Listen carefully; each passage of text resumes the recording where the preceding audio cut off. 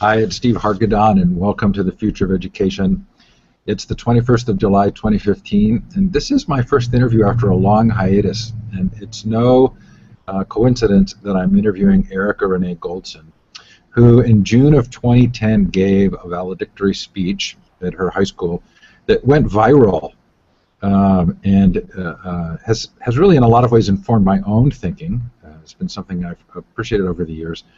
But it's been some 5 years now, and so we get a chance to talk to Erica. Erica, thanks for being here.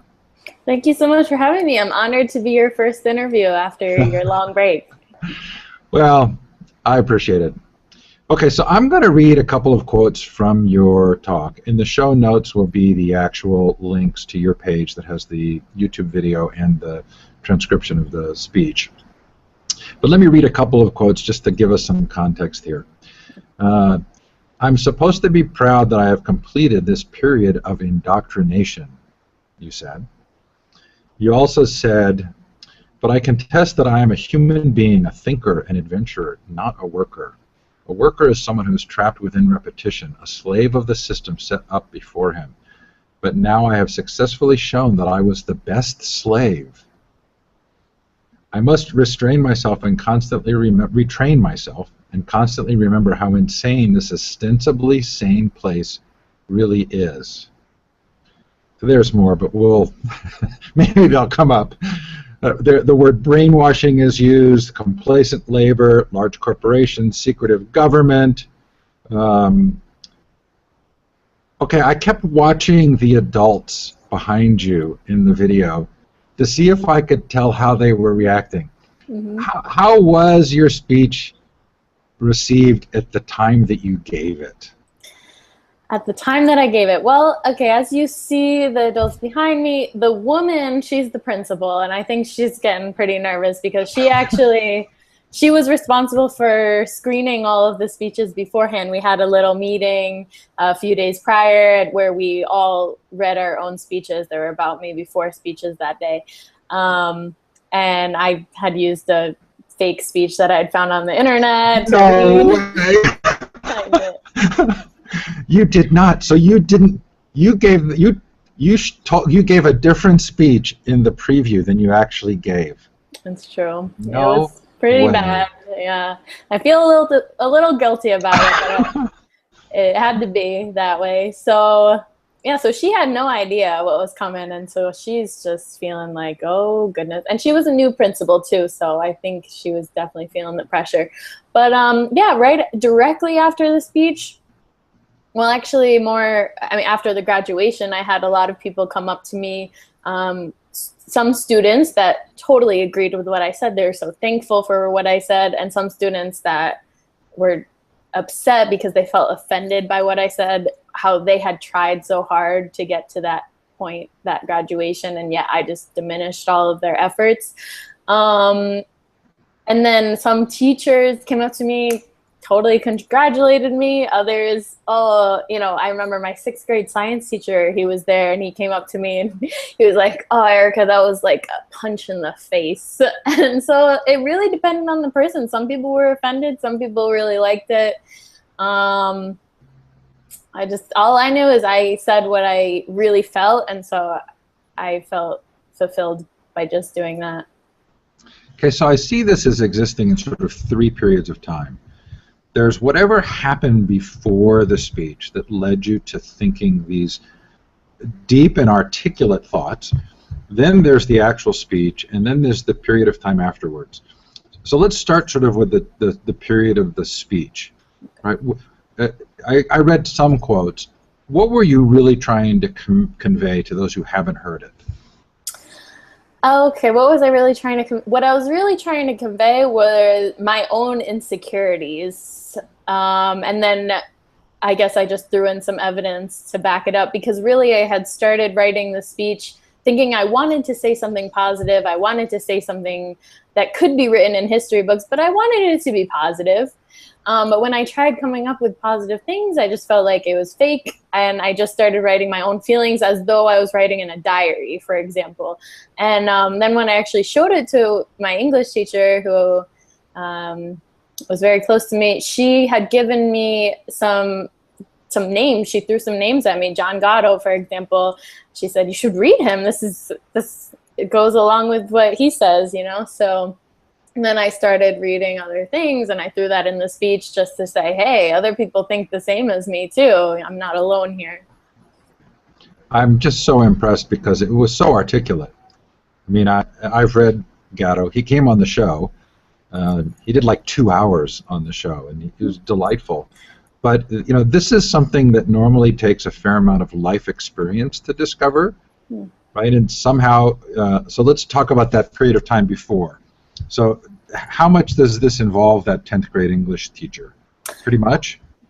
Well, she was definitely a huge inspiration for me. She was more of an alternative style teacher, you could say, because her curriculum was strongly based on social justice. And yeah, she was just in the liberal crowd, you could say, just the way she presented herself, the way she spoke about things. So she opened up my mind to think, because I grew up in a very conservative town. So I guess it just opened my eyes. Although my parents also, they were both from downstate New York. My mom was from Long Island. My dad was from Queens. So they grew up around a lot of diversity. But then I was raised upstate in a small little town. So I guess like as I was growing up, when I heard political conversations between my father and my grandfather, for example, at the dinner table, maybe that kind of sparked something. And then when that 10th grade English teacher came around, something also I felt very strongly about the things that she was saying, the things that she was teaching us. Yeah, and also I think 10th grade was around the time it started happening where I started feeling like a robot. Like, what am I doing this for? Why am I at school every day? I had known that ever since I was little, I'm great at getting A's, but why am I getting A's? Just because everyone's saying that my life is going to be so great once I go to college and have a career, and I'm imagining all this stuff, and I'm like, wait, I don't even know what I want my career to be. I'm always changing my mind. But I just kept going with getting the A's because, you know, why not? I can do it anyways. But still, I just felt lost. Okay, I'm still just fascinated that you were able to kind of parse out what was actually happening to you. You called it insecurity, but it feels like at some deeper level there was some sense of self that would allow you to kind of look at the circumstance and say, hey, I'm not really here for my benefit, right? This is something being done to me. How did your parents react at the time? Did they know that you were doing this? Well, unfortunately, I wasn't on speaking terms with my mom at the time. She did come to the graduation, and she did like it. She liked the speech. She was proud of me. My dad, however, I had drafted up the speech. I sent him it in an email just to get his thoughts. He responded, Erica, this is not the time nor the place to be speaking these words. And then I don't know how I responded. I was just like, nah, whatever. And then later on, I guess his girlfriend at the time, she had convinced him to be more supportive of what I was saying. So then he emailed me again about like, you know what, actually, go ahead, do your thing. Go get him. Did he not agree with what you were saying, or did he just not think it was the right time and place? He didn't think it was the right time and place because he knew it was such a conservative town, and he saw the things I was saying in my speech, and he knew it would cause a lot of turmoil. And I guess he didn't want to have that kind of. He also was a businessman in that town, so you know he doesn't want to have kind of a bad reputation because of his daughter. Blah blah blah. How funny. Okay, so then there's the speech, and then there's this after period of time, right? So this is, I mean, I can remember thinking that that you had sort of that the internet had exploded with your speech. I mean, things now seem so different in terms of scale, but at the time it felt like it went hugely viral. I did a search recently to try and find your speech again. I couldn't find it just doing internet searches on graduation speeches. Oh, wow. But at the time, well, I obviously found it, but there are a lot of them up now, right? There are all kinds of issues. Mm-hmm. But at the time, it felt like this was a huge deal. And how did that impact you, right, getting all of that attention? I think it impacted me well. I met so many different people. I talked to so many different people with so many different views. You know, some were critical. I didn't have so many people that were completely outright against what I was saying, but they would maybe email me saying, I understand, but you don't really know how it is to be in my shoes as a teacher, blah, blah, blah. Maybe some people that were taking offense but wanted to open my eyes to what they experienced. But then, I mean, most of the people, I'd say 90% of the people that reached out to me were just thankful and supportive, or maybe talking to me about projects that they're working on, seeing if I could help in any way or if I had any interest. But yeah, I've talked to people from all over the world, which is the greatest part, to realize that at the time I was speaking specifically about public education in America, because I can't speak about public education in other countries where I don't live, but I guess it's the same in other countries. What do you know? There are a lot of similarities in other countries. There's a Finnish researcher named Pasi Sahlberg who calls this germ. So he says it's a virus. It's the global education reform movement, and it's a lot of the same kind of thinking that seems to be going on worldwide. You know, there's this language we use in education, right? We use this language of liberation, of learning, of becoming empowered. How is it that the language manifests such an empowering notion, but the reality is so often different? What's the dynamic there, do you think? Well, yeah, like you said, I mean, I remember seeing posters on the wall, knowledge is power, but the thing is, we're learning knowledge that has already been established, and we're not so pushed or motivated to establish our own knowledge or be seeking with our own internal motivation. We're not asked what we want to learn, but we're being forced to learn things that maybe we're not interested in, and then that takes away our passion for learning, for discovery. At least that's my opinion. That's how I see it. Yeah, I mean, there's a sort of a deep question that occurs to people as they begin to explore this idea of kind of the way in which education seems to be more about compliance than it is about liberation, and a question as to how purposeful is this, right? Is it purposeful that the language is it almost Orwellian that the language says this is what education does for you, but the reality for most students is that they're not feeling like good learners, not feeling empowered? Is it your sense that there are a lot of innocent victims here, or is there actually some design related to this? Oh, well, from the little bit I've read on the history of education, it does appear that there's design behind it to create a complacent workforce. So yeah, on that side, there's design. Yeah, but although so you described the reaction of your teachers, right? And the one teacher who sort of felt like you'd hit him. Right? I mean, in some ways, that was actually an acknowledgement. And wasn't he sort of saying, you know, you hit me where it hurt, right? So, yeah. you know, do teachers in this system, I mean, most of the teachers I know are very noble people, right? They care about others. I don't have the sense that they go into education believing that that's their role or purpose. Mm-hmm. Right. Yeah. Even right now, for example, I taught English abroad for a year and a half, and now I'm living in Connecticut. I'm teaching English as a foreign language to immigrants in the area. And as a teacher, I teach how I learn, and unfortunately, it's been ingrained in me. How I learned was very, like put the knowledge in the head. Put the knowledge in the head. Not so much interaction, but still, like I of course, I think I'm a little more alternative.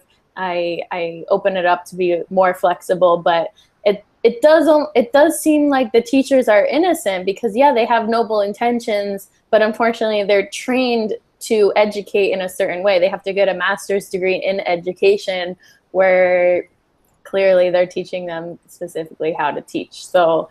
And at the same time, I don't really know what the solution for that is just yet. I mean, of course, I think just understanding that maybe formal methods don't always work can open up a teacher's style a little more. But I think that the biggest thing is just the compulsory nature of schooling. No matter how great a teacher is, if a student doesn't want to be there, if a student isn't interested in learning or listening, then the teacher has a very, very tough job. They have to be a pretty amazing person. They'd have to be a teacher and a parent all in one. So unfortunately, I don't know if there's such stellar human beings out there that can do that every single day.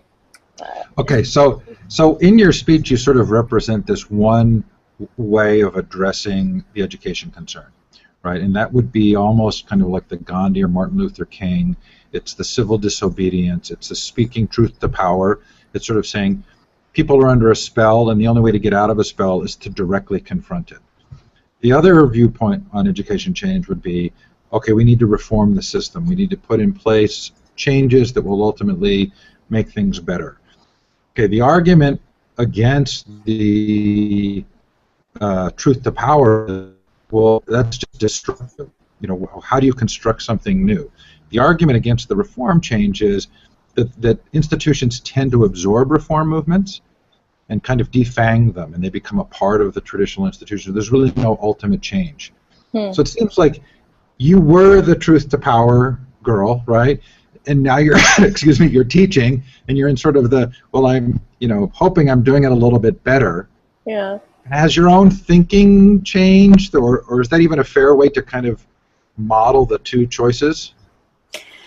I've just realized that it's really difficult to solve this problem. I realized that I had a problem, but I'm still working on solving it 5 years later. And the thing is, the funniest thing is that people have been contacting me ever since that speech and saying, like, here, I have a solution, like, I'm going to create this awesome app or like this website or whatever, you know, you can help. And I just didn't feel prepared for that because I'm like, I don't know if it's going to work. I don't want to be marketing this thing if I don't really know. And still to this day, I don't know. And that's the most horrible feeling, is to know that there's a problem and not have the solution. Okay, well, so let's explore that a little, because that lets us sort of, to the degree you're willing, kind of open up what's happened since, right? But you know, one argument would be that to try and have another solution in the same scope and scale as education is, in fact, itself a red herring, right? So if you look at like the food industry, you go into a city, and there's all kinds of food options, and no one's controlling that. No one's centralizing it and saying it has to be this way. So one argument would be that you don't actually need to replace the system, right? That we've grown accustomed to believing a system needs to be in place. But if you look at food, you don't necessarily have to have a system. Okay, so what did you do in that? You know, you have this passionate moment. You're not sure what goes next, but you made life choices, right? Things that you decided to do in your own life. And how, you know, where did you go, and how did that work out? So I went to a lot of different places, and yeah, I kind of just felt like free. Like, okay, I'm 18, I'm out of high school. I had told my dad that year that I don't want to go to college. I just said, Dad, I don't want to go to college. And he said, well, what do you want to do? And unfortunately, I didn't have a response to it at the time. But after so he said, okay, well, just try it out. I'd been accepted to SUNY, State University of New York at Buffalo. So he's like, they have a lot of options, big school. They gave you a scholarship, just go there, try it out for a semester. So I agreed with that. But the summer after the speech, I ended up going to live at an intentional community in Virginia for a month, just to see what the extreme opposite side is like. And that was a really great experience, you know, organic farming, everyone living together communally. It definitely worked for them. I felt comfortable, but at the same time, I did feel like, okay, well, I got to go check out this college thing, see what it's like. Went there for a semester. I had already completed my general education requirements because in my my senior year of high school, I did a year at community college as an early admit student. So I got a lot of gen eds out of the way. So at college, I just decided to take whatever classes sounded interesting. I took an anthropology class called Witchcraft and Sorcery, Magic, Witchcraft, and Sorcery. I took some philosophy class. Ultimately, I was more impressed with the student clubs that I joined rather than the classes. I still didn't feel good about just sitting at a desk and not experiencing the world, working in the world with my hands, doing something. I was just still being a passive learner. So I was actually invited to go live on the unschool bus with an unschooling family. They were traveling through Louisiana and Texas, and I lived with them for 2 months. Basically, their kids were 13, 15, and 16, I think, at the time. And yeah, we all lived together. I got to see what it was like. They had gone to grade up until 4th grade, and then they stopped school. So then they were just doing what they do, living, learning, however they wanted to. And then after that, I ended up going to live with a friend in New Jersey, working at a pizza place. But it was actually a town of over 50% Koreans. So I really exposed myself to the Korean culture. That was fun. Then got bored of that after a few months, went over to California, lived and worked at a retreat center. And then started feeling really lost, like I really have no idea what I'm doing with my life, just going here and there. Went to live with my mom, saved up some money. Then decided to go down to Guatemala to go learn Spanish very cheaply. And it was a beautiful experience. Lived there for a few months, did some English teaching as a volunteer, worked at a hostel as well to earn some money. Traveled up through Mexico a little bit with a boyfriend, and then just felt lost again. Ended up on an island thinking, oh my gosh, I'm living the dream. Everyone wants to live on a Caribbean island, right? But then I was like, I don't see the purpose of this. Felt like I was being unproductive. Went back to the United States, decided to go to university. I worked a little bit, and then I went to university again for a semester. Decided to major in geography. Started regretting that decision again through the semester. Decided to go travel again. Went out to New Mexico, lived there for a month, then went down to Mexico again, lived there for a year, taught English again, and traveled more and more. Then went back to the States again. We're almost to the present. And oh yeah, I had done another semester while I was in Mexico online, just to see what that was like. Still wasn't so impressed. And when I went back to the States, I ended up just working again. And then I got a job with my friend out here in Connecticut, and I started working here, and I've recently fallen in love. So, although I had plans to just save up some money and go travel again, but I guess it keeps me staying here for a little while. So I've been settled for a few months and not having any plans to go anywhere. So, but that's basically what I've been doing. I've just been being lost and letting my whimsical desires throw me any which way until I feel like something sticks, So it seems like, I love that story, right? And you tell it honestly. It seems like that's the argument people would use against sort of bucking the system, which is right. If there's one thing the system does well, it prepares you for a job, right, or sort of a stable life. Mm-hmm. And so, now you're down that road a little, and it's been whimsical, and it's been here and there. Do you have any sort of regrets for not doing something more conformist? No, not at all. I feel completely 100%, 150% without regrets. I feel like if I had been forced to have some kind of stable job, I would have been miserable. Although it's been like a roller coaster, at the same time, I realize it's all been my choice, and that is what makes me fulfilled. I was literally sick in bed one day last year thinking, I don't know, just randomly thought popped in my mind as I'm laying with a fever in my bed. I could just die. I could die, like in the past, if you had a fever, you would die, basically. There was no doctors, and I thought, how would I feel if I died? And I said I would feel completely fulfilled because I've done everything that I could do that I wanted to do. I felt 100% in control of my life. Ever since I did leave high school, that's how I felt, like in control. And that's the empowering feeling that we all want, right? Knowledge isn't necessarily power unless it's your choice. And so I'm just happy to be able to have made my own choices. I think that's what makes it so much more powerful. When I do decide to have a stable job, a stable life, I'll be more content with it because I'll say, this is something that I chose 100% and I dedicated my life to. Yeah, I hear this. I can hear the skeptic voice saying, well, there wouldn't even be a doctor if there wasn't someone who had gone through the conforming high school experience and then plunged themselves again into even more years of that kind of study. But you could say that person was very passionate about it. I'm just not that passionate doctor type person. Some people, maybe they had a life experience where they were seeing a loved one die and they said, I'm going to be a doctor when I grow up. Because I know people in high school that totally had the opposite feeling of me. They knew what they wanted to do. They had their path and they were content with it. They were happy with it. And compulsory schooling worked great for them. But for me, and I think for the majority, I think it doesn't work so great. But I am thankful for those doctors who really wanted to be doctors and they stuck through all that schooling. So given those years, right, how do you answer the question of if the current school system isn't it, what is it? Is there a replacement? Should it just be abolished? Should it be like food? What's the answer?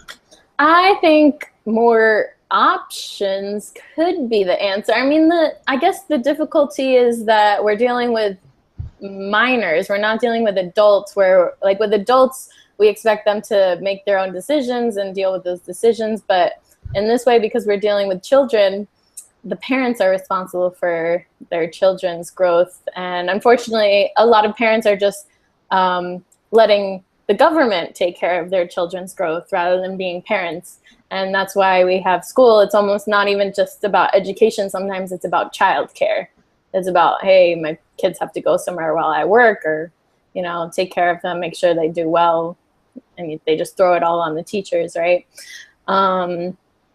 So I guess it depends, but I really like the whole idea of comparing it to food, just having a lot of different options.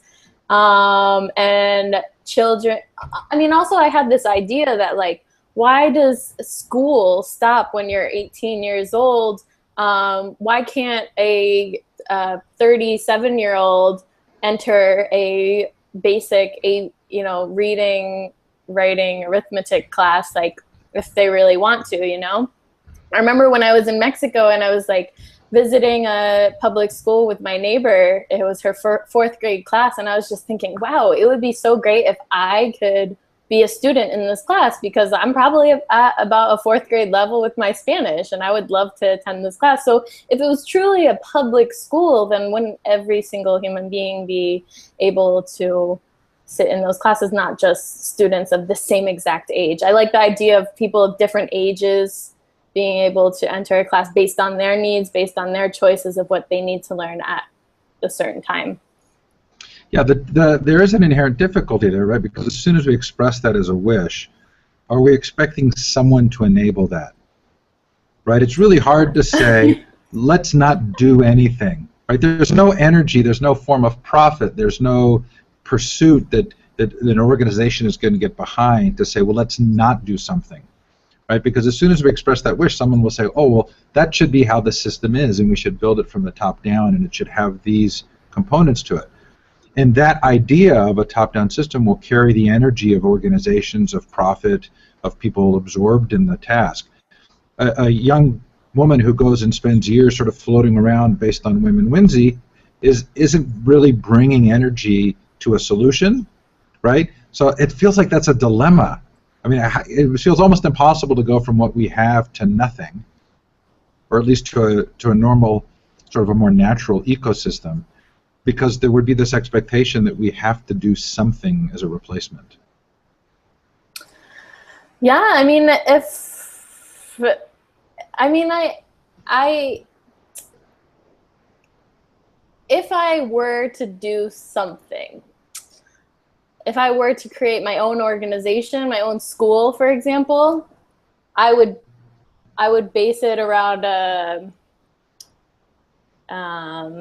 I guess somewhat of a profit model, and have it be a really truly open school where anyone from any kind of age group can enter. I mean, in a way, I almost think of it like university, the university system, except for any age group. You know, if a 6-year-old can enter a physics class, why not? We don't have to go too far down this road, because it raises all kinds of questions. So if it is for profit, or there's a cost, what do you do about the kids who can't afford that, or the like? So I want to... Yeah, scholarship, you know, of course there's financial aid available, you know. In this magic world that we're just going to create. So I want to tell a quick story and see how you react to this. So we have a daughter who, at a very similar age, said, I don't want to go to college. And she went, when we said pretty much the same thing, I think your parents said, which is, well, at least be sure you do something you feel good about later. And she went and worked in Nepal for a humanitarian organization for 6 or 7 months. And as a part of that, I got to meet the directors of a number of the different countries from that organization when they were holding their annual meeting, and had this conversation about what makes a village self-directing. Their whole sort of purpose as an organization was to help villages become self-directing. And they were having a very tense conversation. Does it involve building a school, building a hospital? Are there certain sort of measures by which a village would be self-developing? Are there measures by which a student is self-directing, right? So as it turns out, it was a tense conversation. They broke for lunch, and I was visiting with a couple of them, and I said, what really makes a village self-developing? And they said, usually it's someone from that village goes and visits another village that's really working well, and they bring it back and they start modeling, they mirror it in their own village. It's a very personal experience. Again, the parallels here with learning are sort of profound, right? But so I said, okay, so what you really should be is an exchange program. I mean, if you really want to help villages become self-developing, then you wouldn't be building hospitals and schools. You'd be helping villagers visit other villages. And of course, you realize at that moment, all of the profits, the programs, the personnel, everything would be called into question. So this is really interesting. So as I sort of studied this, I've thought, what is it in education? What really helps a student become educated and self-directing? And here's one possible answer, and then I'll let you tackle it. So one of the things we think we know, is that only something like 1/3 of a student's academic achievement comes from in-school factors. Family life, in fact, in many ways, is much more predictive of learning outcomes than the school situation. So I'm asking myself the question, if I really care about kids and learning, should I actually be involved in helping support families? Okay, your turn. I completely agree. I think in general it relies on the family, on the parenting. One of the reasons maybe why I have become the way I am, and I'm a little more self-directed than the general populace, is that also I saw my mother going back to college when I was growing up. I was about 8 years old, and I saw her doing her studying. And my father too, he didn't even,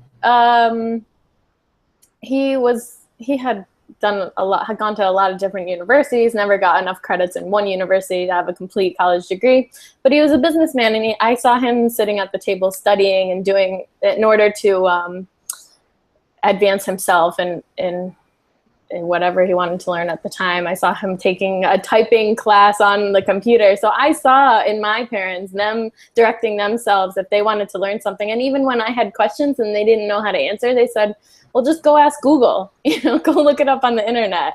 So I would do that. And I guess that's what has developed me as this different type of person. And that's why also when I'm teaching English to people that don't have that understanding, like, hey, you can just look it up on the internet, then it's a little harder for me to teach them because they don't learn how I learn. And so, yeah, it's really the best kind of learning is the self-directed learning. So yeah, you're right. We should be helping more parents in order to help their children. It's a little bit of a dilemma, isn't it? It is, because how do you help the parents? I don't know. Yeah. Well, we don't have to answer that today. Okay. Good. Hey, so when was the last time that you did an interview or you reflected on 5 years ago? I'm sorry, what was the question? When was the last time someone reached out to you and asked you to reflect on your speech 5 years ago? Do you talk about it regularly, or has it been some months? To reflect on it, I don't think anyone has asked me the specific question in maybe a year or two. But I have reflected on it because I was talking about it with some people earlier this year, and I still stand by it. I realized I still stand by what I said. I'm upset because I'm just being a critic rather than having a solution. But at the same time, I still completely feel 100% the same. Yes, but you maybe don't have the same platform you did. So do you feel a little bit like that was a specific moment in time and it would be hard to recreate at this moment? Oh, yeah, definitely. Yeah, definitely. Okay. I want to dive deep for just a couple of minutes, Sure. And then we can kind of wrap up. So it feels to me like schooling both is the model for and enables a number of other institutional ways that we live, right? So medicine and pharmaceutical, banking and finance, governance. Are there sort of deeper parallels here? Have you reflected on the ways in which that compliance, conformance mentality translates into the ways in which our general cultural lives sort of are institutionalized? I think I have reflected on that. Yeah, and I see it all the time. I see the institutions, and I have at points in my life I've decided, do I want to be a part of these institutions, or do I want to escape? Those are my options in my head. And there's never an option in my head. For some reason, it seems too much. If I want to change something, it's more like stay or escape, be part of it or not. And my idea of escaping is like, okay, I guess I should go live with some tribe in the jungle. And ultimately, I decide I don't think I want to do that actually. So I stay with the institutions, and I feel at this point I feel comfortable. And of course, I see problems and I see good things as well, but I just go with it. I at this point in my life, I don't worry about it so much. Although I am confronted by issues from time to time. Do you follow like the food movies or any of the other sort of investigative budget documentaries that seem to be challenging institutional narratives?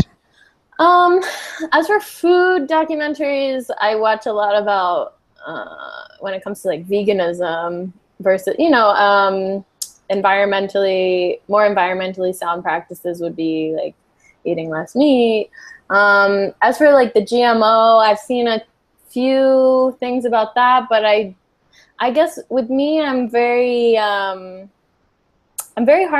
to convince for one side or another as to what's really happening, because they're just from on the internet seeing information, I don't know what to trust. That's my big concern. I think that's why I'm not so passionate and empowered, because I don't know what's right and what's wrong.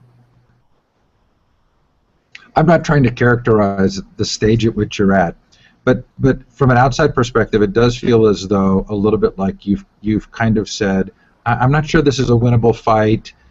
I'm not really sure where to go with it, so I'm not really as fully engaged as I once was. Yeah, that's definitely how it is. I don't think you're alone. I think it's really difficult, right? I mean, it's this moment at which all sort of critics have faced, which is, do you have an answer? Do you have a solution? I'm not convinced that there has to be an answer, right? Because if it has to be framed in the same way the existing system works, then it's not fair to expect the answer to be framed in the same way. But I also think there's a fatigue that people kind of feel, which is, I've kind of fought this battle and it doesn't feel winnable, so I don't really know what to do. Yeah. Again, I'm not trying to put words in your mouth, but no, you're doing a good job. Go ahead. I'll stop you when it doesn't make sense.